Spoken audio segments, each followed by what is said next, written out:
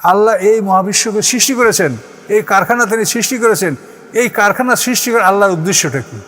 উদ্দেশ্যটা আল্লাহ ব্যক্ত করেছেন যে উদ্দেশ্য হলো যে আল্লাহ তাআলা তিনি জিন ও ইনসানকে তার ইবাদত করার জন্য সৃষ্টি করেছেন এবং তিনি আসমানি কিতাব পাঠিয়েছেন, নবী রাসূল পাঠিয়েছেন। তার মাধ্যমে আল্লাহর পরিচয়, সৃষ্টিকুল সবাই আল্লাহর পরিচয় সম্পর্কে জানবে যে আল্লাহকে, এই বিশ্বকার, এই পৃথিবীকার, এই নদী সমুদ্র আকাশ পৃথিবীর কে মালিক, এটা জানবে। এটা জানার জন্য এটা মানুষেরা এটা সারা পৃথিবীর মধ্যে এটা ঘোষণা করবে, ঈমান আনবে, বিশ্বাস করবে এবং অন্যদের মধ্যে এটা প্রচার করবে। এই উদ্দেশ্যে আল্লাহ তাআলা এই পৃথিবী, এই কারখানা চালু করছেন। এখন এই কারখানাটা বাঁচিয়ে রাখার জন্য আল্লাহ বলেছেন যে আমার আইন যদি এখানে না থাকে তো এই কারখানাটা ধ্বংস হয়ে যাবে। তার কারণ কোনো কারখানায় আবিষ্কারকের আইন ছাড়া সে কারখানা চালু থাকতে পারে না, কারখানা কোনো ফাংশনিং করতে পারে না।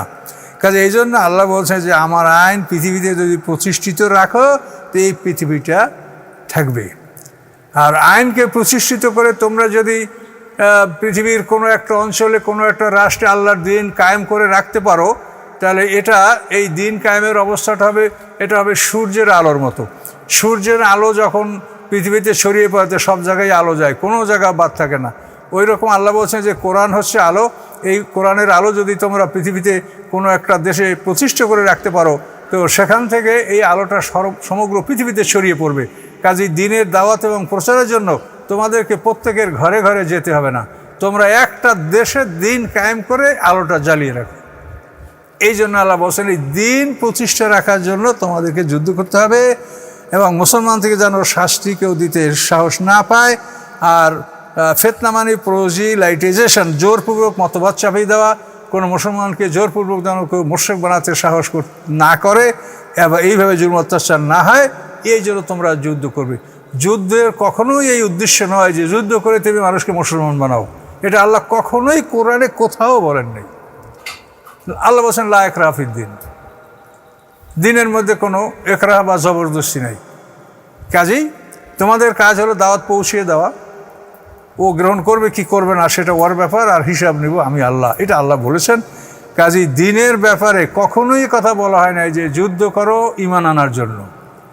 ঈমানের জন্য যুদ্ধ করা হয় না। যদি ঈমানের জন্য যুদ্ধ করা হতো তাহলে মুসলমানদের হাতে যারা যুদ্ধবন্দী হতো তাহলে তাদেরকে ঈমান গ্রহণ না করলে তাদেরকে সব কতল করে ফেলা হতো। কিন্তু তা কি হয়েছে কোথাও? যে মুসলমানদের হাতে এখন হাজার হাজার লোক বন্দী হয়েছে, এরা ঈমান আনছে না, এখন আল্লাহ রসুল বা সেনাপতি তাদেরকে অর্ডার দিয়েছে যে কাটে ফেলাও, এরকম কোনো দৃষ্টান্ত কি ইসলামী আছে? নাই। তাহলে যুদ্ধ করা হয় মানুষকে হত্যার জন্য না, যুদ্ধ করা হয় মানুষকে ঈমান আনার জন্য না, যুদ্ধ করা আল্লাহর দিনকে রক্ষা করার জন্য। যুদ্ধ করা হয় মুসলমানদের উপরে যেন ফিতনা না চাপে, মুসলমানদের উপরে জোরপূর্বক মতবাদ চাপিয়ে না দেওয়া হয়, আল্লাহর দিন যাতে পৃথিবীতে প্রতিষ্ঠিত থাকে, এই জন্য আল্লাহ জিহাদ করতে বলেছেন। জিহাদের উদ্দেশ্য কখনোই মানুষকে মুসলমান বানানো নয়। এই বিষয়টা কিন্তু আপনাদেরকে ভালো করে বুঝতে হবে এবং অন্যদেরকে বোঝাতেও হবে।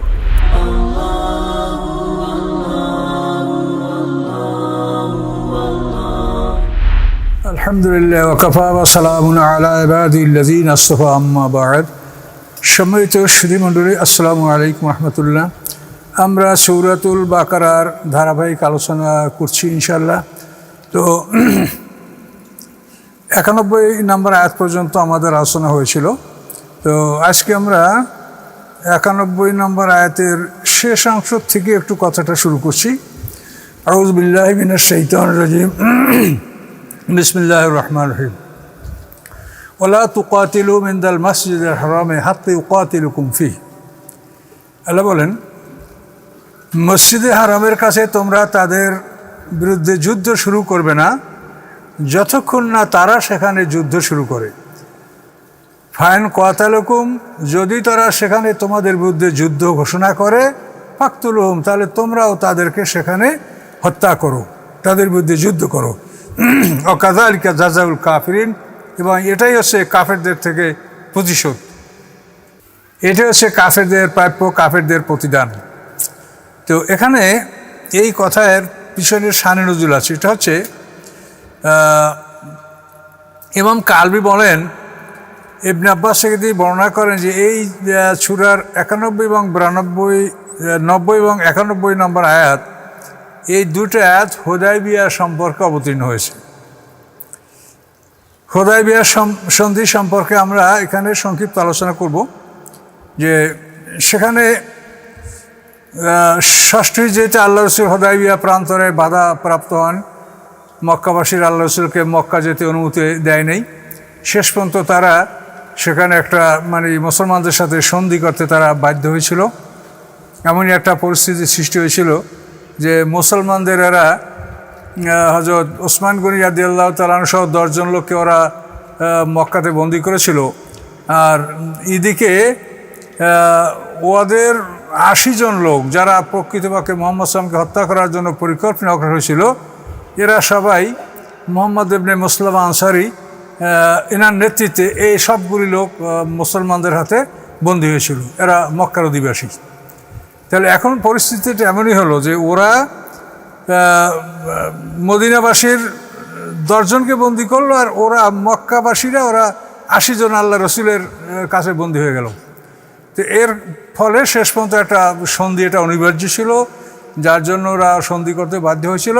কিন্তু সেই সন্ধিতে ওরা বলেছিল যে এবছর কোনো ক্রমে আমরা আপনাকে মক্কায় ঢুকতে দিব না, আগামী বছর আপনি আসবেন 3 দিনের জন্য, আমরা কাবাঘর হেরেম উন্মুক্ত রাখবো, আপনারা 3 দিন ওখানে অবস্থান করে তারপর আপনাদের তওয়াফ জিয়ারাত যা করার করে আপনারা চলে যাবেন, এবং কোষবদ্ধ তলোয়ার ছাড়া উন্মুক্ত তলোয়ারও সাথে করে নিয়ে আনতে পারবেন না। তো এভাবে হুদায়বিয়া সন্ধিগুলি স্বাক্ষরিত ছিল। 10 বছরের জন্য আমরা আপোষে যুদ্ধ বিগ্রহ করব না, আর এই সন্ধির পর থেকে আর মক্কার কোনো লোক মদিনায় হিজরত করবে না, যদি করে তাহলে তাদেরকে মক্কায় ফেরত দিতে হবে। তো এখানে আল্লাহ রসুল এই কথাগুলি তাদের মেনেই সন্ধি স্বাক্ষর করেছিলেন। তো এখানে ওরা বলছে আগামী বছর। তো পরের বছর 7ম হিজরিতে আল্লাহ রসুল এই 1400 সাহাবী যারা আল্লাহ রসুলের সাথে 6ষ্ঠ হিজরিতে এসেছিলেন, তারাই আবার 7ম হিজরিতে রজব মাসে রাসূলের সাথে তারা রওনা করে মক্কায় আসলেন। কিন্তু আল্লাহ রসুল তিনি বিশ্বের শ্রেষ্ঠ সমরবিদ, তিনি বিশ্বের শ্রেষ্ঠ সেনাপতি ছিলেন। তার যে প্রজ্ঞা, এটার সাথে পৃথিবীর কোনো মানুষের তুলনা হয় না। তো আল্লাহ রসুল হুদায়বিয়া সন্ধি চুক্তি মতো যখন তিনি মক্কায় কাবাঘর তওয়াফ করার জন্য আসলেন, তখন আল্লাহ রসুল 200 সাহাবী তাদেরকে একেবারে সম্পূর্ণ সশস্ত্র পুরো যুদ্ধের সাজে সজ্জিত, অশ্বসহ নিয়ে সজ্জিত 200 সৈন্য আল্লাহ রসুল নিয়ে আসছিলেন সাথে, এবং তাদেরকে আল্লাহ রসুল ইয়াজেজ উপত্যকায় তাদেরকে গোপনে রেখে দিয়ে তিনি মক্কায় গেছেন। এই জন্য যে মক্কার মুশরিকরা যদি ওয়াদা ভঙ্গ করে এবং রাসূল এবং সাহাবীদের বিরুদ্ধে যদি ওরা যুদ্ধ করে বা কোনো রকম ক্ষতি করার চেষ্টা করে, তখন এদেরকে খবর দেওয়া হবে, এই 200 লোক অস্ত্রশস্ত্র নিয়ে এসে তখন তাদের বিরুদ্ধে মুসলমানদের সাথে যোগদান করে যুদ্ধ করবে। তো এই জন্য এই 200 লোক ইয়াজেজ উপত্যকায় লুকিয়ে রাখা হয়েছিল। আর আল্লাহ তাআলাও এখানে একথাই জানিয়ে দিলেন যে মসজিদে হারামের কাছে ওরা যদি যুদ্ধ শুরু না করে, তাহলে আপনি আগে যুদ্ধ শুরু করবেন না। যদি ওরা করে তাহলে আপনি তার জবাব দিবেন, আপনি অ্যাগ্রেসিভ অ্যাটাক আপনি করবেন না, কিন্তু আপনি ডিফেন্সিভ অ্যাটাক, আপনার আত্মরক্ষামূলক যুদ্ধ এটা আপনি করতে পারবেন। তো আল্লাহ সেই 200 লোক লুকিয়ে রেখেছেন। তো আল্লাহ রসুল ওয়াদা মতো যখন সেই মক্কায় প্রবেশ করলেন, তখন ওদের ওয়াদা ওরা ভঙ্গ করতে চেয়েছিল। ওদের কেউ কেউ এই যে কাবাঘরের চাবি দিতে অস্বীকার করেছিল। ওসমান বিন তলহা, যার কাছে কাবাঘরের চাবি ছিল, আল্লাহ রসুল উমরাতুল কাজা করার জন্য যখন মক্কায় আসেন, তখন আল্লাহর রসুলের কাছে এই ওসমান বিন তলহা চাবি দিতে চেয়েছিল না। সে বলল যে আমি চাবি দিব না এবং ওদেরকে আমরা এখানে ঢুকতে দিব না।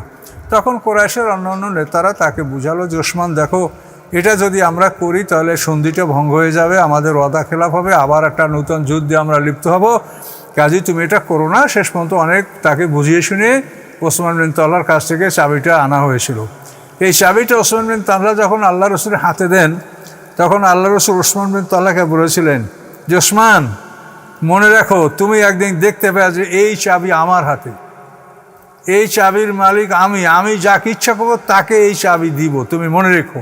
আজ তো চাবি তুমি দিতে চাচ্ছ না, যেটা তুমি মনে রেখো। আল্লাহ রসুল কিন্তু এই কথা ওসমান বিন তলহাকে বলেছিলেন। আর মক্কা বিজয়ের পরে আবার এই ওসমান বিন তালহা লুকিয়েছিল কাবাঘরের ছাদে, চাবি নিয়ে সে আবার লুকিয়েছে, কোথাও পাওয়া যায় না। হযরত আলী রাদিয়াল্লাহু তাআলা আনহু তাকে খুঁজে বের করে আল্লাহ রাসূলের কাছে হাজির করেন এবং জোর করে তার থেকে চাবি নেওয়া হয় এবং কাবাঘর খোলা হয় এবং কাবাঘরের ভিতরের মূর্তিগুলি ভেঙে অপসারণ করা হয়, ছবিগুলি মুছে ফেলা হয়। এরপরে আল্লাহ রাসূল কাবাঘরের ভিতরে নামাজ আদায় করেন, কাবাঘরের দরজা বসে বক্তৃতা দান করেন। তো এই সব ঘটনা ঘটে যাওয়ার পরে মক্কা বিজয়ের পরের দিন আল্লাহ রসুল, চাবি তো ওসমান বিন তালহার কাছে জোর করে নেওয়াই হলো। তো আল্লাহ রসুল তার এই বক্তব্য দেওয়ার পরে তিনি বলছেন যে কাবাঘরের চাবি আমি একটা কাকে দেব? হুজুরের ছোটো ছোটো আব্বাস সাদ্দিন বলেন, হে মোহাম্মদ ভাতিজা চাবি আমাকে দাও। হযরত আলিয়াদুল্লাহ বলেন চাবি আমাকে দিন। এভাবে চাবির ডিমান্ড, কিন্তু আল্লাহ রসুল তাদের কাউকে চাবি দিলেন না। তিনি বললেন যে ওসমান বিন তালহা কই? তখন সেই ওসমান বিন তালহাকেই খুঁজে বের করা হলো। বের করার পরে আল্লাহ রসুল ওসমান বিন তালহাকে বলেন, নাও এই চাবি তুমি নাও, এই তোমার কাছেই চাবি থাকবে, নাও। তখন ওসমান বিন তালহা কেঁদে দিলেন, যে ইয়া রাসূলুল্লাহ, আপনি জোর করে আমার থেকে চাবি নিয়েছিলেন, এখন আবার এই চাবি আমাকে দিলেন। তখন আল্লাহ রসুল বলেন, তোমাকে আমি সে কথা বলছিলাম না যে এই কাবাঘরের চাবি তুমি আমার হাতে দেখতে পাবে এবং আমি যাকে ইচ্ছা তাকেই চাবি দেবো, এটা আমি বলছিলাম না? হুদায়বিয়ার সেই সন্ধির পরে সপ্তম হিজরিতে তখন ওসমান বিন তালহা কেঁদে দিলেন এবং সে তৎক্ষণাৎ কলমা পড়ে তিনি ইসলাম গ্রহণ করলেন। তো এখানে এই কথাটার প্রতি ইঙ্গিত করা হয়েছে যে এই মসজিদে হারামের কাছে ওরা যদি যুদ্ধ শুরু করে তা আপনি করবেন, আর ওরা না করলে আপনি করবেন না। এবং এটাই হলো কাফেরদের সাথে তাদের মানে আচরণ এবং তাদের সাথে এটাই হলো ব্যবহার, এটা আপনি এভাবে করবেন। সামনে আল্লাহ বলেন 92 নম্বর আয়াতে, আউযু বিল্লাহি মিনাশ শাইতানির রাজিম, ফাইনান্তাহু ফাইনাল্লাহ গাফুরুর রহিম। তারা যদি ফিরে যায়, তারা যদি বিরত হয়, তাহলে নিশ্চয়ই আল্লাহ তাআলা ক্ষমাশীল এবং দয়াবান। তারা যদি বিরত হয় তাহলে আল্লাহ তাআলা তাদেরকে ক্ষমা করবেন। তো এভাবে এই বিষয়টার সমাপ্তি ঘটে। আসুন আমরা সামনে আগাই। আল্লাহ রাব্বুল আলামিন বলেন সূরা বাকারা 193 নম্বর আয়াত, আউযু বিল্লাহি মিনাশ শাইতানির রাজিম, ওয়াকাতিলুহুম হাত্তা লা তাকুনা ফিতনাতুন ওয়া ইয়াকুনা আদ-দীনু লিল্লাহ ফাইন ইনতাহু ফালা উদওয়ানা ইল্লা আলাল যালিমিন। আল্লাহ বলেন, আপনি তাদের বিরুদ্ধে লড়াই করেন ফিতনা দূরীভূত না হওয়া পর্যন্ত এবং দিন একমাত্র আল্লাহর, জীবন বিধান একমাত্র আল্লাহর, এইটা সারা পৃথিবীতে না হওয়া পর্যন্ত আপনি তাদের বিরুদ্ধে যুদ্ধ অব্যাহত রাখুন, যুদ্ধ চালিয়ে যান। ফাইনান্তাও, তারা যদি বিরত হয়, তারা যারা বিরত হবে তাদের বিরুদ্ধে আপনার যুদ্ধ থাকবে না। ফালা উদওয়ানা ইল্লা আলা যালিমিন, একমাত্র জালিম যারা তাদের বিরুদ্ধেই আপনার সংগ্রাম থাকবে, আপনার অভিযান চলবে। তো এখানে বিষয়টা স্পষ্ট।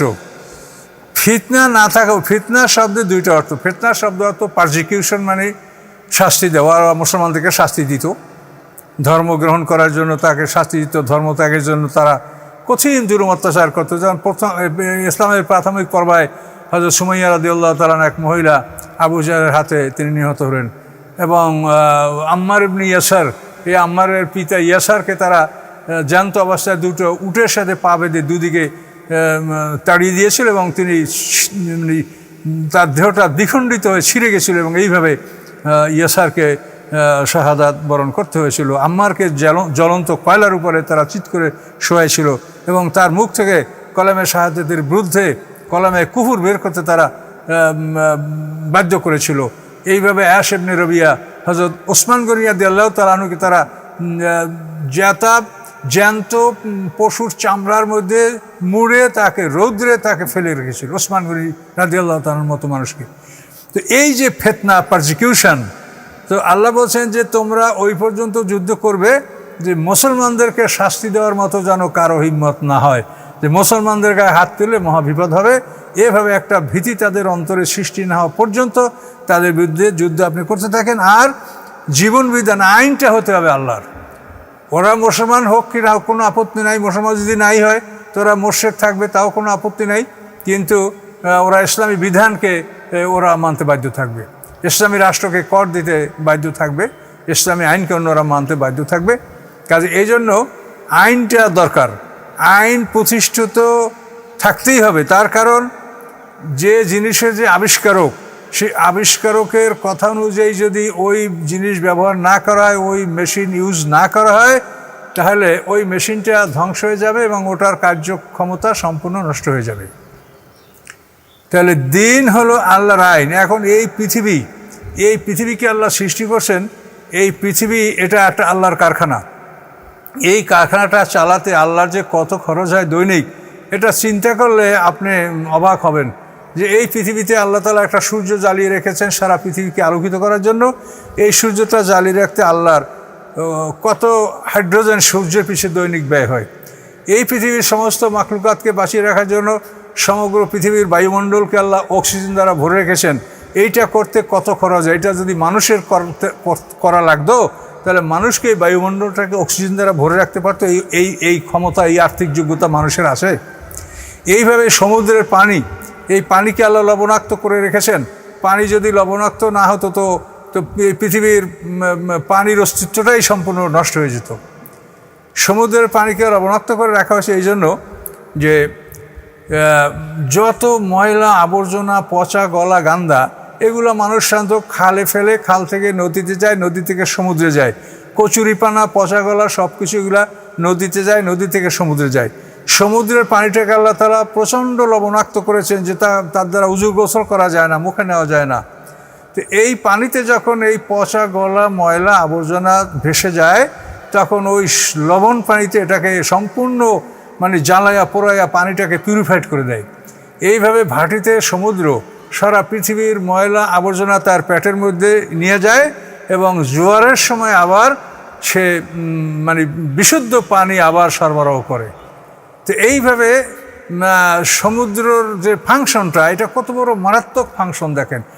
ভাটিতে সে সমস্ত ময়লা আবর্জনা পেটের মধ্যে ঢুকায়, আবার জোয়ারে সে সব আবার উদ্গীরণ করে ফ্লোটাইডে, জোয়ারে আবার বিশুদ্ধ পানি সে সরবরাহ করে, সব খাল বিল বিশুদ্ধ পানিতে ভরে যায়। তো এই যে কারখানা, এগুলি কি মানুষের পক্ষে সম্ভব? সমুদ্রের পানি লবণ করতে যে লবণ লাগে, এটা কি মানুষ সরবরাহ করতে পারে? তো এই পৃথিবীটাকে আল্লাহ তাআলা এটা বিরাট ব্যাপার। তার এই যে জীবজন্তুকে বাঁচিয়ে রাখার জন্য তাদের যে অক্সিজেনটা লাগে, এটার জন্য আল্লাহ তাআলা গাছপালা সৃষ্টি করছেন। আবার গাছপালা বেঁচে থাকার জন্য যে কার্বন ডাইঅক্সাইড লাগে, এই জন্য আবার জঙ্গলে বাঘ, ভাল্লুক, হরিণ, হাতি, গন্ডার, জিরাফ, জেব্রা, বানর, হনুমান এগুলো সৃষ্টি করছেন। তো এগুলো থেকে কার্বন ডাইঅক্সাইড গাছে গ্রহণ করে, আবার গাছ থেকে অক্সিজেন এই প্রাণীরা গ্রহণ করে। এইভাবে সৃষ্টিকুলকে সৌন্দর্য করার জন্য, সৃষ্টিকুলকে বাঁচিয়ে রাখার জন্য আল্লাহ এই মহাবিশ্বকে সৃষ্টি করেছেন। এই কারখানা তিনি সৃষ্টি করেছেন। এই কারখানা সৃষ্টি করে আল্লাহর উদ্দেশ্যটা কী? উদ্দেশ্যটা আল্লাহ ব্যক্ত করেছেন যে উদ্দেশ্য হলো যে আল্লাহ তাআলা তিনি জিন ও ইনসানকে তার ইবাদত করার জন্য সৃষ্টি করেছেন এবং তিনি আসমানি কিতাব পাঠিয়েছেন, নবী রাসূল পাঠিয়েছেন। তার মাধ্যমে আল্লাহর পরিচয়, সৃষ্টিকুল সবাই আল্লাহর পরিচয় সম্পর্কে জানবে যে আল্লাহকে, এই বিশ্বকার, এই পৃথিবীকার, এই নদী, সমুদ্র, আকাশ, পৃথিবীর কে মালিক, এটা জানবে। এটা জানার জন্য মানুষেরা এটা সারা পৃথিবীর মধ্যে এটা ঘোষণা করবে, ঈমান আনবে, বিশ্বাস করবে এবং অন্যদের মধ্যে এটা প্রচার করবে। এই উদ্দেশ্যে আল্লাহ তাআলা এই পৃথিবী, এই কারখানা চালু করছেন। এখন এই কারখানাটা বাঁচিয়ে রাখার জন্য আল্লাহ বলেছেন যে আমার আইন যদি এখানে না থাকে তো এই কারখানাটা ধ্বংস হয়ে যাবে। তার কারণ কোনো কারখানায় আবিষ্কারকের আইন ছাড়া সে কারখানা চালু থাকতে পারে না, কারখানা কোনো ফাংশনিং করতে পারে না। কাজে এই জন্য আল্লাহ বলছেন যে আমার আইন পৃথিবীতে যদি প্রতিষ্ঠিত রাখো তো এই পৃথিবীটা থাকবে। আর আইনকে প্রতিষ্ঠিত করে তোমরা যদি পৃথিবীর কোনো একটা অঞ্চলে, কোনো একটা রাষ্ট্রে আল্লাহর দিন কায়েম করে রাখতে পারো, তাহলে এই দিন কায়েমের অবস্থাটা হবে, এটা হবে সূর্যের আলোর মতো। সূর্যের আলো যখন পৃথিবীতে ছড়িয়ে পড়ে, সব জায়গায় আলো যায়, কোনো জায়গা বাদ থাকে না। ওই রকম আল্লাহ বলছেন যে কোরআন হচ্ছে আলো। এই কোরআনের আলো যদি তোমরা পৃথিবীতে কোনো একটা দেশে প্রতিষ্ঠা করে রাখতে পারো, তো সেখান থেকে এই আলোটা সমগ্র পৃথিবীতে ছড়িয়ে পড়বে। কাজেই দিনের দাওয়াত এবং প্রচারের জন্য তোমাদেরকে প্রত্যেকের ঘরে ঘরে যেতে হবে না, তোমরা একটা দেশের দিন কায়েম করে আলোটা জ্বালিয়ে রাখো। এই জন্য আল্লাহ বলছেন এই দিন প্রতিষ্ঠা রাখার জন্য তোমাদেরকে যুদ্ধ করতে হবে এবং মুসলমান থেকে যেন শাস্তি কেউ দিতে সাহস না পায়। আর ফিতনা মানে প্রোজিলাইটেশন, জোরপূর্বক মতবাদ চাপিয়ে দেওয়া, কোনো মুসলমানকে জোরপূর্বক যেন কেউ মুশরিক বানাতে সাহস না করে এবং এইভাবে জুলুম অত্যাচার না হয়, এই জন্য তোমরা যুদ্ধ করবে। যুদ্ধের কখনোই এই উদ্দেশ্য নয় যে যুদ্ধ করে তুমি মানুষকে মুসলমান বানাও। এটা আল্লাহ কখনোই কোরআনে কোথাও বলেন নাই। আল্লাহ বলছেন লা ইকরাহা ফিদ্দিন, দিনের মধ্যে কোনো একরাহ বা জবরদস্তি নাই। কাজেই তোমাদের কাজ হলো দাওয়াত পৌঁছিয়ে দেওয়া, ও গ্রহণ করবে কি করবে না সেটা ওর ব্যাপার, আর হিসাব নিব আমি আল্লাহ, এটা আল্লাহ বলেছেন। কাজেই দিনের ব্যাপারে কখনোই কথা বলা হয় না যে যুদ্ধ করো ঈমান আনার জন্য। ঈমানের জন্য যুদ্ধ করা হয় না। যদি ঈমানের জন্য যুদ্ধ করা হতো তাহলে মুসলমানদের হাতে যারা যুদ্ধবন্দী হতো তাহলে তাদেরকে ঈমান গ্রহণ না করলে তাদেরকে সব কতল করে ফেলা হতো। কিন্তু তা কি হয়েছে কোথাও? যে মুসলমানদের হাতে এখন হাজার হাজার লোক বন্দী হয়েছে, এরা ঈমান আনছে না, এখন আল্লাহ রসুল বা সেনাপতি তাদেরকে অর্ডার দিয়েছে যে কাটে ফেলাও, এরকম কোনো দৃষ্টান্ত কি ইসলামী আছে? নাই। তাহলে যুদ্ধ করা হয় মানুষকে হত্যার জন্য না, যুদ্ধ করা হয় মানুষকে ঈমান আনার জন্য না, যুদ্ধ করে আল্লাহর দিনকে রক্ষা করার জন্য। যুদ্ধ করা হয় মুসলমানদের উপরে যেন ফিতনা না চাপে, মুসলমানদের উপরে জোরপূর্বক মতবাদ চাপিয়ে না দেওয়া হয়, আল্লাহর দিন যাতে পৃথিবীতে প্রতিষ্ঠিত থাকে, এই জন্য আল্লাহ জিহাদ করতে বলেছেন। জিহাদের উদ্দেশ্য কখনোই মানুষকে মুসলমান বানানো নয়। এই বিষয়টা কিন্তু আপনাদেরকে ভালো করে বুঝতে হবে এবং অন্যদেরকে বোঝাতেও হবে। যুদ্ধের উদ্দেশ্য হলো আল্লাহর জীবন বিধান পৃথিবীতে প্রতিষ্ঠিত থাকা এবং মুসলমানরা যেন পৃথিবীতে নিরাপদে জীবনযাপন করতে পারে, তাদেরকে কেউ শাস্তি না দেয়, তাদের উপরে জোরপূর্বক মতবাদ চাপিয়ে না দেয়, এইরকম সাহস যেন তাদের না থাকে। এভাবে আল্লাহর দিনকে শক্তিশালী করে বিজয়ী করে পৃথিবীতে প্রতিষ্ঠিত রাখতে হবে এবং প্রমাণ করে দেখাতে হবে, তুলনামূলকভাবে তুলনামূলক আলোচনায় দেখাতে হবে যে পৃথিবীতে মানব রচিত আইনের সাথে আল্লাহর আইন উত্তম। এটা আল্লাহর আইনকে প্রতিষ্ঠিত করে দেখাতে হবে। এই জন্য আল্লাহ তাআলা যুদ্ধ অব্যাহত রাখতে বলেছেন এবং আল্লাহ রসুল বলেছেন যে জিহাদ কিয়ামত পর্যন্তই জারি থাকবে। কোনো জালেমের জুলুম জিহাদ বন্ধ করতে পারবে না, কোনো ন্যায়পরায়ণ বাদশার ন্যায়পরায়ণতা জিহাদকে বন্ধ করতে পারবে না। আল জিহাদ ও মাহাজেন ইলা ইয়াউমিল কিয়ামা। আর শাহরুল হারাম বে শাহরুল হারাম, আল্লাহ বলেন পবিত্র মাসের বিনিময় পবিত্র মাস, অর্থাৎ পবিত্র মাসে যুদ্ধ করা হারাম। জিলকদ, জিলহজ, মুহররম, এই 3 মাস একসাথে। আর রজব হলো বছরের মাঝখানে। তো জিলকদ মাসে মানুষে হজে আসবে, জিলহজ মাসে হজ করবে, তারপরে মুহররম মাসে বাড়ি যাবে। এই 3টা মাস হলো হজকে মাঝে রেখে আগে পরে আরও 2 মাস, এই 3 মাস। আর রজব মাস হলো মাঝখানে, এটা উমরা করার জন্য। তো এখন এই 3 মাসে আল্লাহ যুদ্ধ বিগ্রহ হারাম করেছেন, লুটতরাজ হারাম করেছেন। তো এখানে আল্লাহ বলেন তারপরও এই শহরে হারাম, অর্থাৎ সম্মানিত মাসের বিনিময়ে সম্মানিত মাস।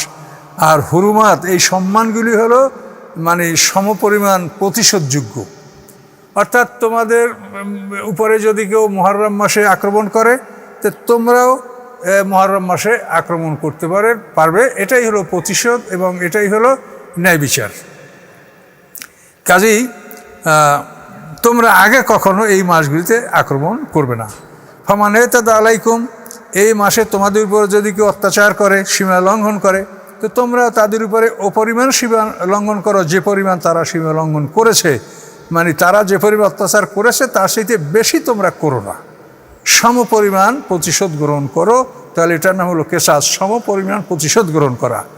ওয়াত্তাকুল্লাহ, এবং তোমরা আল্লাহকে ভয় করো। ওয়ালামু, এবং জেনে রাখো আন্নাল্লাহ মাআল মুত্তাকিন, আল্লাহ তাআলা মুত্তাকিনদের সাথে আছেন। অর্থাৎ তারা যে পরিমাণ তোমাদের উপরে জুলুম করেছে, ক্ষতি করেছে, তোমরা সেই পরিমাণই করো, তার বেশি যেন তোমরা না করো। এর নাম হলো এখানে মুত্তাকিন।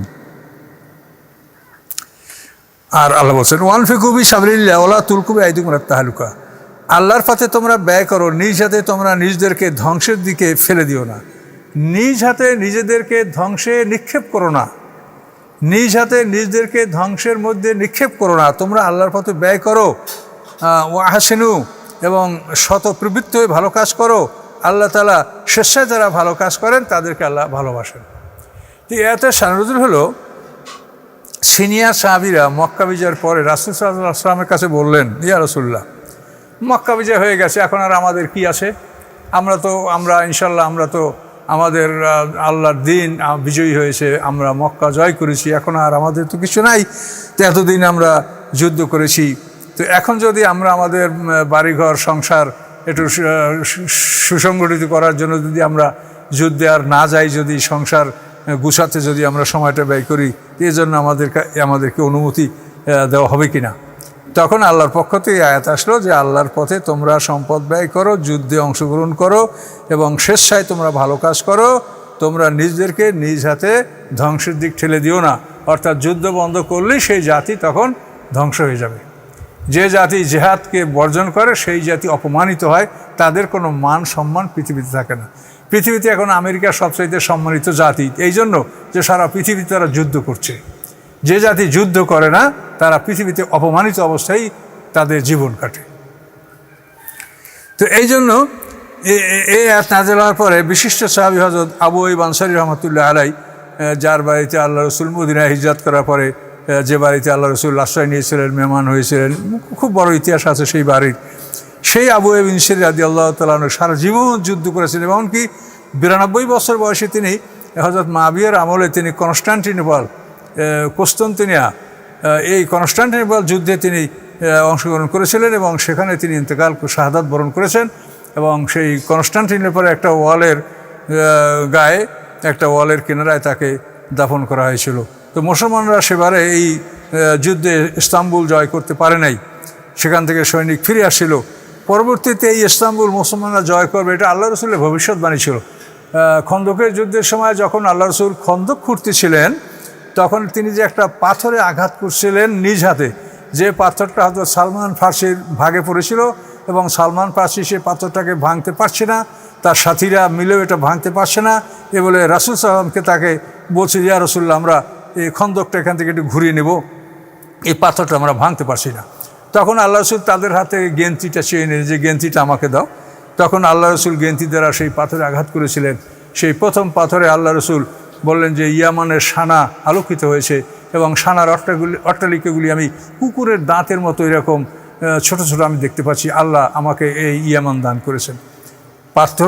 প্রচণ্ড পাথরের 3 রাগ ভেঙে গেল এবং আগুন আলো বিচ্ছুরিত হলো। আল্লাহ রসুলের 2 বগলের কিনারা থেকে আলো বিচ্ছুরিত হলো এবং সেই আলোতে আল্লাহ রসুল ইয়ামান ফোন দেখতে পেলেন। দ্বিতীয় আঘাতে আল্লাহ রসুল পাথরের বাকি 3/1 ভাঙলেন এবং এবারে আল্লাহ রসুল বলেন যে আমাকে আল্লাহ তাআলা মাদায়েন দান করেছেন। পারস্যের রাজধানী মাদায়েন পর্যন্ত আলোকিত হয়েছে। তৃতীয় আঘাতে পাথরটা সম্পূর্ণ গুঁড়ো হয়ে গেল এবং এবার আল্লাহ রসুল বলেন যে আল্লাহ তাআলা আমাকে রোম দান করেছেন।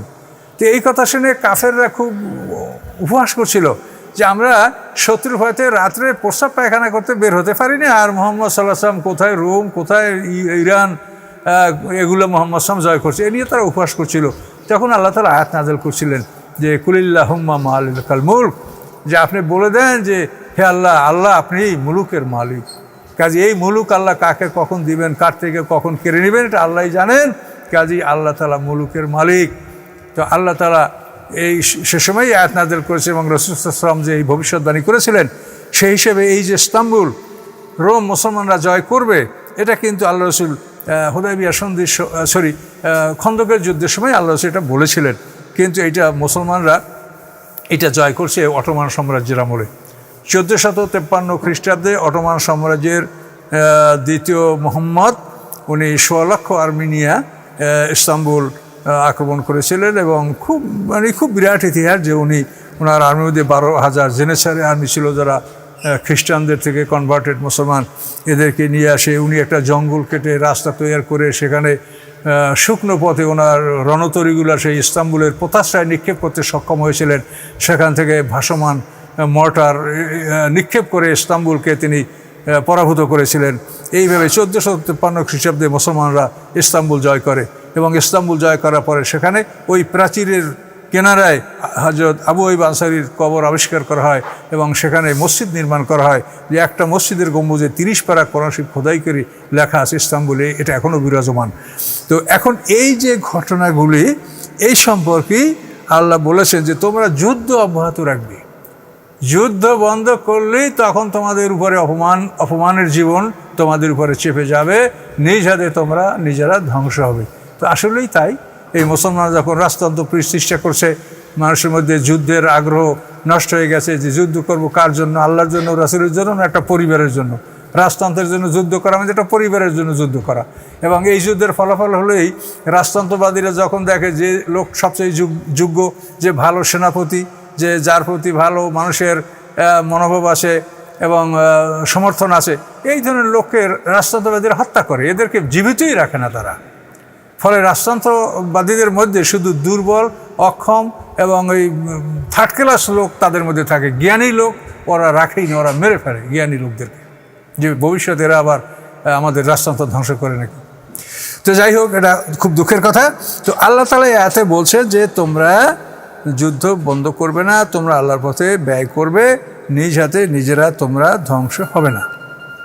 এভাবে আল্লাহ তাআলা যুদ্ধের জন্য ব্যয় করতে বলেছেন এবং এই যুদ্ধের জন্য ব্যয়টাকে কর্জে হাসানা হিসেবে আল্লাহ আখ্যায়িত করেছেন। মাইয়ুকরিদুল্লাহ কারদান হাসানা, এর যুদ্ধের জন্য যেটা ব্যয় করা হবে এটা কর্জে হাসানা, এটা জাকাত ওসর নয়, এর বাইরে।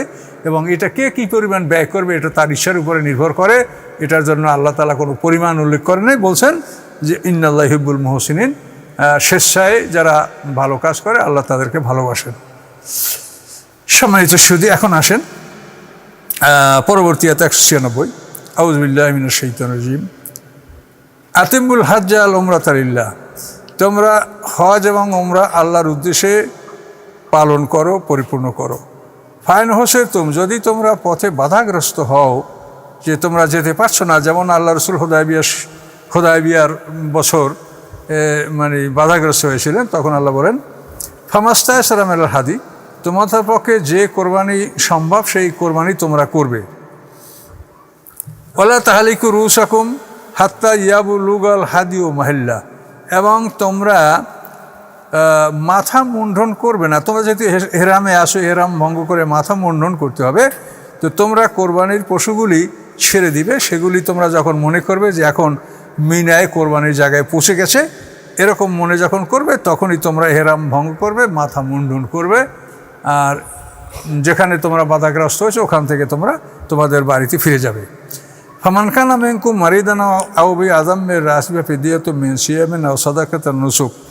হ্যাঁ, তোমাদের মধ্যে যদি কেউ অসুস্থ হয় এবং তার যদি কোনো মাথায় কোনো ব্যাধি হয়, কষ্ট হয়, মাথায় উকুন, ছার পোকা বা ওই ধরনের চাম উকুন টুন সৃষ্টি হয়, তাহলে যদি এই অবস্থায় যদি তার হেরামের মধ্যে মাথা মুন্ডন করা প্রয়োজনীয় হয়ে পড়ে, তো ফিদিয়াতুন, তখন তার ক্ষতিপূরণ দিতে হবে রোজা রেখে। 3টা রোজা অথবা 3টা রোজার যে সৎকার সেইটা নেসফে সা করে এক একটা রোজার ফেদিয়া, তো এইটা বা 1 সা করে 6 জন মিসকিনকে 3 সা দান করা, অথবা ছোট ছাগল বা বকরি 1 বছরের বয়সে একটা বকরি কোরবানি করা, যে কোনো একটা করতে হবে। অর্থাৎ এহরামের মধ্যে মানে গন্তব্যস্থলে পৌঁছার পূর্বেই যদি কারো এরকম কোনো অসুস্থতার কারণে মাথা মুন্ডাতে হয়, চুল কাটতে হয়, তাহলে এই ফেদিয়া দিতে হবে, রোজা অথবা রোজার সদকা অথবা পশু কোরবানি, এই 3টা যে কোনো একটা তাকে করতে হবে। 3টা রোজা, এবং 3টা রোজা যদি না রাখে তার 3টা রোজার ফেদিয়া দিতে হবে, অথবা একটা ছাগল বা ভেড়া কোরবানি করতে হবে। ফায়জা আমিনতুম, আল্লাহ বলেন যখন তোমরা নিরাপদে চলে আসো, যে তোমাদের আর বাধা নাই, তো বাধা মুক্ত হলে ফামান তামাত্তা বিল উমরাতিল হজ, তো হজের সাথে উমরা যারা একসাথে করতে চাবে, তো তার জন্য কি করতে হবে? ফামাস্তায়সারা মিনাল হাদি, তার জন্য একটা হাদি, একটা কোরবানি করতে হবে। তো উমরা এবং হজ একসঙ্গে করার জন্য তোমাকে একটা কোরবানি করতে হবে। ফামান লাম ইয়াজিদ, এই কোরবানি করার যদি তার সামর্থ্য না থাকে, তো ফাসিয়ামু সালাতে আইয়ামিন হজ, তাহলে সে হজের মৌসুমে 3টা রোজা রাখবে, বা সাবাতিন রাজাতুম, এবং 60টা রোজা রাখবে হজ থেকে ফেরার পর। মানে কেউ যদি হজ এবং উমরা একসঙ্গে করে, তাহলে তাকে কি করতে হবে? যদি কোরবানি করতে পারে সে কোরবানি করবে, আর যদি তা না পায় তো 10টা রোজা রাখতে হবে। 3টা রোজা রাখতে হবে জিলহজ মাসের 9 তারিখের মধ্যে, 7, 8, 9 আরফাত পর্যন্ত রোজা রাখলে এটাই উত্তম। 10 তারিখে তো কোরবানি, রোজা রাখা হারাম। তো এই 3টা রোজা এখানে রাখবে, আর বাকি হজ শেষ করে পথে বা বাড়িতে গিয়ে বাকি 7টা রোজা রাখবে। তিল কাসরাতুন কামেলাতুন, এই 10টা রোজা হলো পরিপূর্ণ। জালিকা, এটা কার জন্য? লেমান লামিয়াকুন আহলু হাদিল মসজিদুল হারাম, এই সুযোগটা পাবে কারা? যারা মসজিদে হারামের অধিবাসী নয়। ওয়াত্তাকুল্লাহ, আল্লাহকে ভয় করো। ওয়ালামু, জেনে রাখো, আন্নাল্লাহ শাদীদুল ইকাব, নিশ্চয়ই আল্লাহ তাআলা কঠিন শাস্তিদাতা। অর্থাৎ হজ এবং উমরা একসঙ্গে করার সুযোগ পাবে যারা মক্কার অধিবাসী নয়, অর্থাৎ হরমের অধিবাসী যারা নয়। যারা হরমের অধিবাসী তারা একসঙ্গে হজ এবং ওমরার নিয়াত করতে পারবে না। তারা যেহেতু ভিতরেই আছে, কাজে এহরামের জন্য তাদের তো বাইরে যেতে হয় না, তারা হেরেমের মধ্যে বা হেলে তারা এহরাম করতে পারবে। কাজে হেল এবং হরমের মধ্যে যারা বসবাস করে তাদের জন্য ইফরাদ মানে হজের তিনটা পদ্ধতি আছে। এটা আপনাদেরকে বিস্তারিত না বললে হবে না। হজের তিনটা পদ্ধতি: ইফরাদ, কেরান, তামাত্তু। ইফরাদ হলো ফরজ হজের জন্য নিয়াত করে শুধু ফরজ হজ পালন করা, আর ওমরার জন্য নিয়াত করে শুধু ওমরা পালন করা। যেমন আমরা ফরজ নামাজের জন্য নিয়াত করে ফরজ নামাজ আদায় করি, আবার সুন্নাত পড়ার জন্য আলাদা নিয়াত করে সুন্নাত নামাজ আদায় করি। কিন্তু হজের ব্যাপারটা হলো, হজে অর্থাৎ যারা আফাকি, অর্থাৎ যারা হরম এবং হেলের বাইরে আফাকি যারা, তাদের জন্য একটা নির্ধারিত স্থান আছে, সেখানে তাদের হজের নিয়াত করতে হবে। এহরাম বাঁধ, এহরাম মানে হজের নিয়ত। এখন আমরা পূর্বাঞ্চলের যারা, দক্ষিণ দিক থেকে যারা আমরা আরব দেশে প্রবেশ করি, এই ইয়ামান, তারপর আমাদের মিকাত হলো ইয়ালামলাম। ইয়ালামলাম থেকে আমাদের এহরাম বাঁধতে হবে। আর নজদ যারা পূর্বে আছে তারা কার্ন, এই কার্ন নামী জায়গায় আসলে তাদের এহরাম মানতে হবে। তো এভাবে ইরাকে যারা আছে তারা জাতে ইরাকে আসলে সেখানে এহরাম মানতে হবে। আর শাম, সিরিয়াবাসী যারা, তারা জোহফা নামী জায়গায় আসে, সেখান থেকে তাদের এহরাম মানতে হবে। আর মদিনাবাসীদের এহরাম মানতে হবে জুল হুলাফা নামক স্থান থেকে। তো এই যে এহরামের জায়গাগুলো, এগুলি প্রায় প্রত্যেকটাই 40-42 মাইল দূরে মক্কা থেকে। তো এখন এই মক্কা থেকে 40-42 মাইল দূরে যে এহরামের জায়গাগুলি, মিকাতগুলি যেটা আমরা বললাম, এখন এখান থেকে নিয়াত করে মক্কার দিকে ঢুকতে হবে। এখন আপনি হজের জন্য যদি এইখানে এহরাম নিয়াত করেন বা এহরাম করেন, আবার ওমরার জন্য আবার আর একটা নিয়াত করতে আপনাকে এই 42 মাইল বাইরে এসে তারপর এহরাম বাঁধতে হবে। তো এটা কত কষ্টকর ব্যাপার। এই জন্য আল্লাহ সুযোগ দিয়েছেন যে তুমি একই সঙ্গে ওই মিকাতে বসে হজ এবং উমরা এই দুটারই নিয়াত তুমি করো, কিন্তু এই দুইটার নিয়াত করবা, একটার পর একটা আদায় করবে, কিন্তু এই জন্য তোমাকে একটা ক্ষতিপূরণ দিতে হবে, অর্থাৎ তোমাকে একটা কোরবানি করতে হবে এই সুযোগের জন্য। যেহেতু তোমাকে হজ পালন করার জন্য আর উমরার জন্য আলাদা আলাদা নিয়াত করতে হলো না, তো এই জন্য তোমাকে 10টা রোজা রাখতে হবে। তুমি কোরবানি না করতে পারো, 10টা রোজা, 3টা রাখবে হজের মধ্যে, 9 তারিখের জিলহজ মাসের 9 তারিখের মধ্যে 3টা রাখবে, আর বাকি 7টা রাখবে হজের সম্পূর্ণ কাজ শেষ করে যখন তুমি বিদায় হবে, ওই বিদায়ের পথে বাড়িতে যেখানে ইচ্ছে এই 10টা রোজা রাখবে। আর যদি কোরবানি করতে পারো তো রোজা রাখা লাগবে না। এই বিধানটা আল্লাহ তাআলা এখানে উল্লেখ করেছেন। আচ্ছা, 96। তো সম্মানিত শুধু এখানে হজের যে বিবরণটা, আল্লাহ রসুল যেভাবে হজ করেছেন, আল্লাহ রসুল কেরান করেছেন। কেরান হলো যে মদিনার মিকাত হলো জুল হুলাইফা। এখন এই জুল হুলাইফা থেকে আল্লাহ রসুল এবং সাহাবায়ে কেরামরা এহরাম বেঁধেছেন। তো এহরাম এদের মধ্যে দুই ধরনের হজ, অর্থাৎ হলো একটা তামাত্তু, একটা কেরান। যাদের সাথে কোরবানির পশু ছিল সাধারণত তারা কেরানের নিয়ত করেছেন, আর যাদের সাথে কোরবানির পশু ছিল না তাদেরকে তামাত্তু হজ করার জন্য নিয়ত করার জন্য আল্লাহ রসুল বলেছেন। কেরান এবং তামাত্তু এর ব্যবধানটা কি? কেরান হলো যে আল্লাহ রসুল জুল হুলাইফা থেকে যে এহরাম বেঁধেছেন, এহরাম বাঁধার পরে তিনি মক্কায় যাবেন, যাওয়ার পরে যেটাই যে তওয়াফটা করা হবে এটা বলা হয় তওয়াফে কুদুম, যে মক্কা উপস্থিত হলেই তওয়াফ করতে হয়। এজন্য তো এই তওয়াফে কুদুম আল্লাহ রসুল এবং সাহাবীরা করেছেন। প্রথমে হাজারে আসওয়াদ বরাবর ওখানে দাঁড়াতে হবে। হাজরে আসওয়াদের দিকে দাঁড়িয়ে, তো হাজরে আসওয়াদের দিকে দাঁড়িয়ে সেখানে দুরুদ সালাম এবং তালবি পাঠ করে যদি সম্ভব হয় তো হাজরে আসওয়াদকে চুম্বন করবে, সম্ভব না হলে চুম্বন করবে না। তো এভাবে হাজরে আসওয়াদের ওখানে মানে হাত তুলে দোয়া করবে এবং ইশারা করবে, কিন্তু হাতে চুম্বন করবে না। এভাবে ইশারা করে সে ওখান থেকে তার তওয়াফ শুরু করবে। ওখান থেকে সে ডান দিকে ঘুরবে, ডান দিকে যেদিকে বাবে কাবা মুলতাজাম যেটাকে বলা হয়, এই ডান দিকে ঘুরবে, ঘুরে 3 চক্কর এভাবে দিবে। তো ঘুরতে ঘুরতে যখন রুকনে ইয়ামানির কাছে আসবে, অর্থাৎ কাবা গৃহের দক্ষিণ পশ্চিম কর্নারের যে স্তম্ভটা, এটাকে রুকনি ইয়ামানি বলা হয়। তো এখানে এসে এই রুকনি ইয়ামানিকেও চুম্বন করা, না হলে সালাম করা। তো এভাবে রুকনি ইয়ামানি থেকে ঘুরে এসে আবার হাজারে আসওয়াদ পর্যন্ত ওখানে থামবে, ওখানে আবার হাজারে আসওয়াদকে সালাম করে ইশারা করে আবার ওখান থেকে ঘুরবে। এইভাবে 3 চক্কর একটু জোরে জোরেই চলাফেরা করে, জোরে জোরে অতিক্রম করে 3টা চক্কর দিবে। তারপরে আরও 4টে চক্কর, এভাবে 7 বার যখন কাবাঘরকে ভ্রমণ করা হবে তখন হবে একটা তাওয়াফ। একটা তাওয়াফে 7টা চক্কর প্রয়োজন। তো 7 বার তাওয়াফ করার পরে আপনি সর্বশেষ যখন আবার হাজারে আসওয়াদের কাছে এসে থামলেন, থামার পরে ওখানে হাজারে আসওয়াদের কাছে এসে দোয়া করবেন। দোয়া করার পরে ওখান থেকে আপনি সোজা চলে যাবেন ছাপা পাহাড়ের দিকে, পূর্ব দিকে। ছাপা পাহাড়ে গিয়ে সেখানে সেই পাহাড়ের উপরে দাঁড়ায় আবার পশ্চিমমুখী কেবলামুখী হয়ে দুরূদ সালাম তাসবিহ পাঠ করে ওখান থেকে ছাপা থেকে আপনি মারোয়া পাহাড়ের দিকে আপনি যাবেন। তো এই ছাপা মারোয়া পাহাড়ের মাঝখানে 2টি আলো জ্বালানো আছে, 2টি সবুজ আলো বাতি জ্বালানো আছে, যে ওই জায়গাটাতে একটু জোরে চলতে হয়। এই 2টা যে আলো জ্বালানো, তার মাঝখানে জায়গাটা যে জোরে চলতে হয়, এইটার ইতিহাসটা খুবই একটা রেয়ার ইতিহাস। এটা আশরাফ আলী থানভী রহমতুল্লাহ তার কিতাবে এটা উল্লেখ করেছেন যে মা হাজেরা যখন তার সন্তান ইসমাইল আলাইহিস সালামকে রেখে পানির সন্ধানের জন্য তিনি ছাপা পাহাড়ে উঠেছেন, উঠে সেখানে রুমাল ঘুরিয়েছেন, ঘুরিয়ে ঘুরিয়ে বলছেন, তোমরা আমাকে দেখতে পাও? আমার বুকের সন্তানটা মরে যাচ্ছে, আমার বুক শুকিয়ে গেছে, আমার বুকে দুগ্ধ নাই, আমার শিশুটা চিৎকার করছে, কেউ তার ডাক শোনে না। তো ওখান থেকে তিনি চিন্তা করেন যে তাহলে উত্তর দিকে মারোয়া পাহাড়ের দিকে যেয়ে দেখি।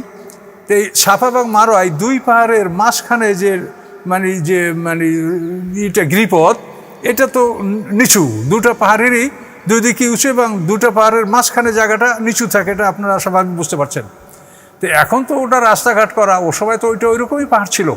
তো মা হাজেরা যখন ছাপা পাহাড় থেকে মারোয়া পাহাড়ের দিকে যাবেন, মাঝখানে যখন একেবারে নিচু জমিনে তিনি চলে যেতেন, ওখানে গেলে তিনি ইসমাইল আলাইহিস সালামকে দেখতে পেতেন না। যখন দেখতে পেতেন না তখন ওইখান থেকে তিনি জোরে দৌড় দিয়ে উপরে উঠতেন। তার কারণ ওখানে কোনো জনমানব নাই, মরুভূমির মধ্যে যেখানে নেকড়ে বাঘ, চিতাবাঘ ইত্যাদি হিংস্র প্রাণী তো থাকতেই পারে। তো সন্তানকে রেখে তিনি পানির খোঁজে বের হয়েছেন। তো একদিকে তিনি পানি খুঁজছেন, ছাপা থেকে মারা যাচ্ছেন, কিন্তু চক্ষু একটা সন্তানের দিকেই। কিন্তু যখন এই 2 পাহাড়ের মাঝখানে নিচু জায়গাটায় তিনি নেমে যেতেন, তখন তিনি সন্তানকে দেখতে পেতেন না, তখন ওখান থেকে তিনি জোরে দৌড় দিয়ে উপরে উঠতেন। এই কারণে ওই জায়গাটা চিহ্নিত করে রাখা হয়েছে যে ওই জায়গায় এখনও হাজী সাহেবরা জোরে দৌড় দিয়া ওই জায়গাটা অতিক্রম করে। বিষয়টা হলো যে এগুলো হলো মা হাজেরা এবং ইসমাইল আলাইহিস সালাম, আমাদের মুহাম্মদ সাল্লাল্লাহু আলাইহি ওয়াসাল্লামের পূর্ব মাতা এবং আমাদের মুহাম্মদ সাল্লাল্লাহু আলাইহি ওয়াসাল্লামের পিতৃপুরুষ ইসমাইল আলাইহিস সালাম, মা হাজেরা, এই বংশ থেকে আমাদের রাসূল সাল্লাল্লাহু আলাইহি আবির্ভাব, এবং আমরাও বনি ইসমাইল, আমরা ইসমাইল আলাইহিস সালামের বংশধর। এই হিসেবে আল্লাহ তাআলা এই স্মৃতিগুলা পৃথিবীর বুকে রেখেছেন যাতে আমরা এই স্মৃতিগুলা স্মরণ করতে পারি। তো সম্মানিত শুধু এভাবে ছাপা থেকে মারোয়া 7 বার, তো 7 বার চক্কর দিলে শেষ পর্যন্ত ওই মারোয়া পাহাড়ি এই চক্কর শেষ হবে।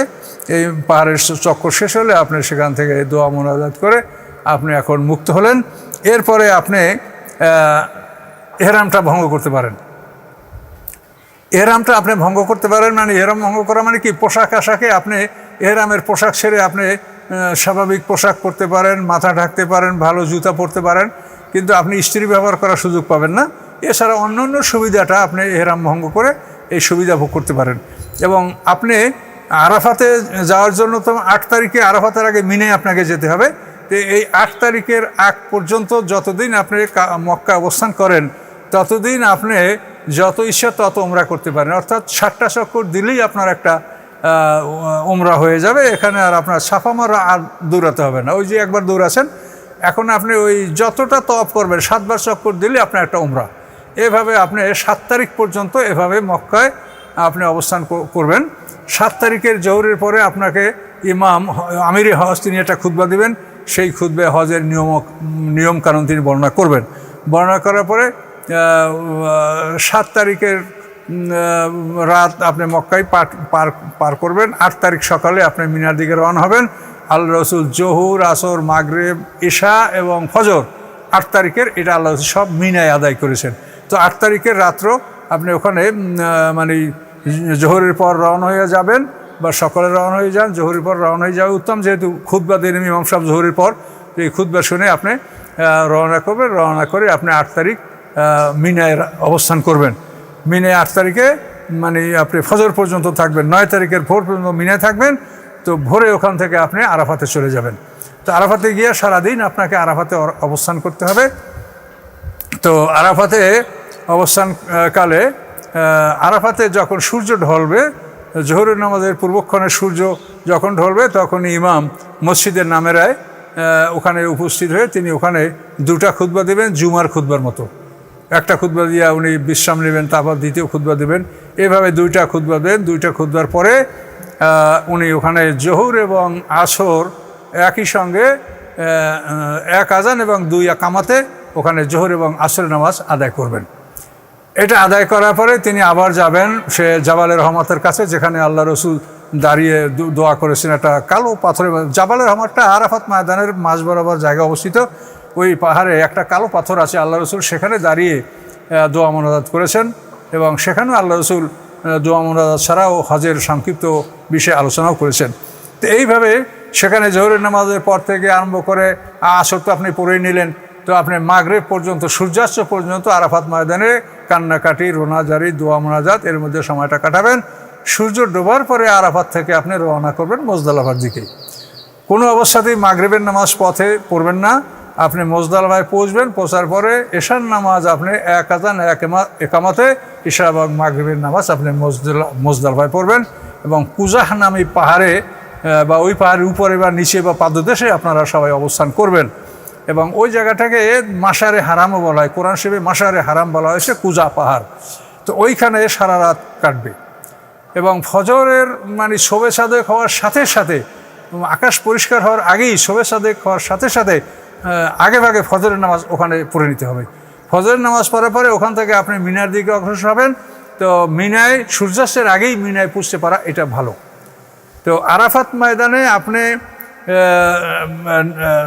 নামিরা নামক জায়গায়, আরাফাত ময়দানে আরনা নামী জায়গায় আপনি অবস্থান করবেন না। আরনা, এই আরনা উপত্যকা ছাড়া সমস্ত ময়দানটা আরাফাত এবং আরাফাত ময়দানে আপনি সারাদিন অথবা কমপক্ষে 1 ঘন্টাও যদি আরাফাতে অবস্থান না করে তার হজ হবে না।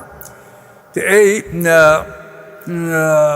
আরনা উপত্যকা ছাড়া সমস্ত আরাফাত আপনার মওকাফ, আপনার দাঁড়াবার জায়গা, আপনি সেখানে দাঁড়াতে পারবেন। আর মিনায় ওয়াদি মুহাসসার ছাড়া সব জায়গাটায় আপনার জন্য অবস্থান করার জায়গা আপনি থাকতে পাবেন। ওয়াদি মুহাসসারে ওই আবরাহার উপরে আল্লাহর পক্ষ থেকে গজব আসছিল, এই জন্য ওয়াদি মুহাসসারটা ওখানে থাকতে নিষেধ করেছে। এখান থেকে আপনি মিনায় যাবেন। মিনায় গিয়ে আপনি বড় শয়তান জামরাতুল আকাবা, এটাকে আপনি 7টা কঙ্কর 2 আঙ্গুল থেকে যে ছোট পাথর, এই পাথরগুলো মুজদালিফাতে সংগ্রহ করে নিয়ে যেতে হবে। আল্লাহু আকবার বলে পাথর মারবেন এবং ওই সময় তালবির পাঠ বন্ধ থাকবে। আপনি শুধু তাকবীর আল্লাহু আকবার ধ্বনি বলে পাথর মারবেন। এই 7টা পাথর মেরে মারার পরে ওখান থেকে আপনি সোজা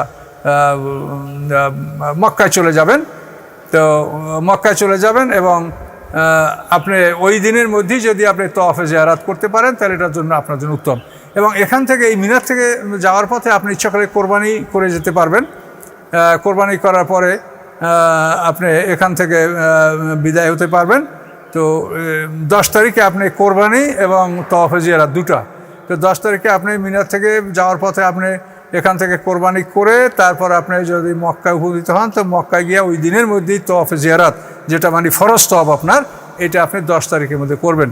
10 তারিখে না করতে পারলে 10, 11, 12 তারিখ সূর্যাস্তের মধ্যে আপনাকে অবশ্যই এটা করে নিতে হবে। এই সময় যদি আপনি না করতে পারলে আপনাকে দম দিতে হবে। আর মহিলারা যদি তাদের হায়েজ বা অপবিত্র হয়ে বসে, তো এমত অবস্থায় হজের সব কিছুই পালন করতে পারবে, কিন্তু এই তওয়াফে জিয়ারাতটা মহিলারা করতে পারবেন না। তো তারা যখনই পবিত্র হবেন তখন এটা করবেন। তো এভাবে আপনি 10 তারিখে আপনি যদি তওয়াফে জিয়ারাত করতে পারেন আলহামদুলিল্লাহ। তারপর আবার 11 তারিখে আপনি মিনায় আসবেন। 11, 12 এই 2 দিনই আপনি মিনায় অবস্থান করবেন এবং 2 দিনই আপনি ওই ছোটো থেকে আস্তে আস্তে বড়, মসজিদে খায়েফ থেকে আস্তে আস্তে ওই ছোটো শয়তান, তার মাঝারি শয়তান, বড় শয়তান, এই 3টে শয়তানকে 321টা পাথর আপনি নিক্ষেপ করবেন। এভাবে 11, 12 2 দিন আপনি মিনায় অবস্থান করে পাথর মেরে 12 তারিখের ফজরের আগে আপনি মক্কায় চলে আসবেন। যদি 12 তারিখের ফজরের পরও আপনি মিনায় থাকেন তো আপনাকে 13 তারিখেরও পাথর মারতে হবে। এই জন্য কোরআন পাকে বলা আছে, এখানেই দেখবেন ফামান তাআজ্জালা ফি ইয়াওমাইনি ফালা ইসমা আলাইহি ওয়া মান তাআখারা ফালা ইসমা আলাইহি। এই কথা এটার অর্থ এটাই যে 12 তারিখের ফজরের আগে যদি আপনি মিনা ত্যাগ করেন তাহলে 13 তারিখের পাথর মারতে আপনাকে হবে না, জিলহজ মাসের 13 তারিখের। আর যদি 12 তারিখে ফজর মিনায় পড়েন তাহলে পাথরও আপনাকে মারতে হবে। তো এইভাবে আপনার কোরবানি, তারপরে তাওয়াফে জিয়ারাত, এইটা যদি আপনি শেষ করেন, শেষ করার পরে আপনি মানে হলো তওয়াফে ইফাজা অর্থাৎ বিদায়ী তওয়াফ আপনি করবেন। ওই বিদায়ী তওয়াফও ওইরকম যেভাবে তওয়াফ করা হয় ওভাবেই তওয়াফ করতে হবে। হ্যাঁ, তবে তওয়াফে জিয়ারাতের পরে কিন্তু আরেকবার আপনাকে সাই করা, এটা সুন্নাত। এটা আমাদের উলামা ইকরাম যারা আমাদের হানাফি উলামা তারা এটাই মতামত দিয়েছেন যে তওয়াফে জিয়ারাতের পরে আরও একবার সাই করতে হবে, মানে সাফা মারা সাই। তো এটা করার পরে আপনাকে থাকবে তওয়াফ ইফাজা অর্থাৎ বিদায়ী তওয়াফ। এই বিদায়ী তওয়াফ আপনি করবেন। তওয়াফ করার পরে বাবে কাবার কাছে এসে যদি সম্ভব হয় তো কাবাঘরের ওয়ালের সাথে বুক মিলিয়ে আল্লাহর কাছে রোনাজারি কান্নাকাটি করবেন, বিদায় গ্রহণ করবেন। আর কাবাঘরের ঠিক থেকে এটাকে বলা হয়েছে কাহাকারিয়া, অর্থাৎ আপনি ওই মুখ কাবার দিকে রেখে আস্তে আস্তে পিছনের দিকে হাঁটবেন। পিছনের দিকে হেঁটে হেঁটে মাতাব থেকে আপনি বের হয়ে পড়বেন। বের হয়ে আপনি আল্লাহর ইচ্ছা আপনারা যে যেখানে আপনাদের গন্তব্যস্থল দিকে আপনার রওনা হতে পারবেন। এটাই হলো হজের মোটামুটি সংক্ষিপ্ত বিবরণ। তো এখানে দেখেন এই হজের মধ্যে আমির হজ 3টা খুতবা দিবেন। একটা খুতবা 7 তারিখ, একটা খুতবা 9 তারিখ, আর একটা খুতবা 11 তারিখ। তো 11 তারিখ খুতবাতে এটা হবে মিনায়, 7 তারিখের খুতবা মক্কায়, তারপরে 8-এর পরে 9 তারিখের খুতবা হলো আরাফাতে, এরপরে 10 তারিখ পরে 11 তারিখের খুতবা হলো আবার মিনায়। এই 3টা খুতবা ইমাম দিবেন এবং 3টা খুতবায় হজের যাবতীয় বিবরণ এটা আল্লাহ যেভাবে বিবরণ দিয়েছেন সেভাবেই আমির হজ এই বিবরণগুলি দিবেন। তো সম্মানিত সুধী, তো এভাবেই আল্লাহ রসুল হজ পালন করেছেন এবং তারপরও যারা হজ করবেন বাকি বিষয়গুলি বই পুস্তক পড়বেন বা আলেমদের কাছে প্রশ্ন করবেন, আমাদেরকেও প্রশ্ন করতে পারবেন।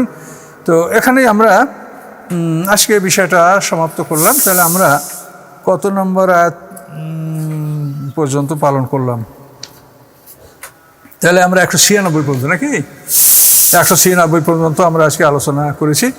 তো হজের ওই কেরান আর তামাত্তুর ব্যাপারটা তো বুঝে নিয়েছেন। কেরান হলো যারা কেরান হজ করবে তারা ওই মক্কায় এসে তওয়াফে কুদুম এই তওয়াফ করার পরেও তারা ইহরাম ভঙ্গ করবে না, তারা ইহরাম অবস্থায় থাকবে এবং সে একেবারে হজের শেষ প্রান্তে যাইয়া তারপর তারা ইহরাম ভঙ্গ করবে।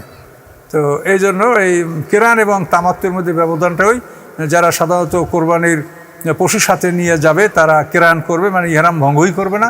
আর যারা কোরবানির সাথে নেবে না তারা উমরা করে তারপর দ্বিতীয় হজে মিনায় যাওয়ার আগে যে সময়টা, এই সময়টা তারা ইহরাম ভঙ্গ করে স্বাভাবিক জীবনযাপন করতে পারবে, কিন্তু স্ত্রী ব্যবহার করতে পারবে না। তো এই বিষয়গুলি আমরা স্মরণে রাখবো। হজ সম্পর্কে আল্লাহ তাআলা এই বিধানগুলি কোরআন পাকে নাযিল করেছেন। তো এখন আমরা বিদায় গ্রহণ করি। আসসালামু আলাইকুম রহমতুল্লাহ। আগামীকালকে আবার 197 নম্বর থেকে আলোচনা শুরু হবে।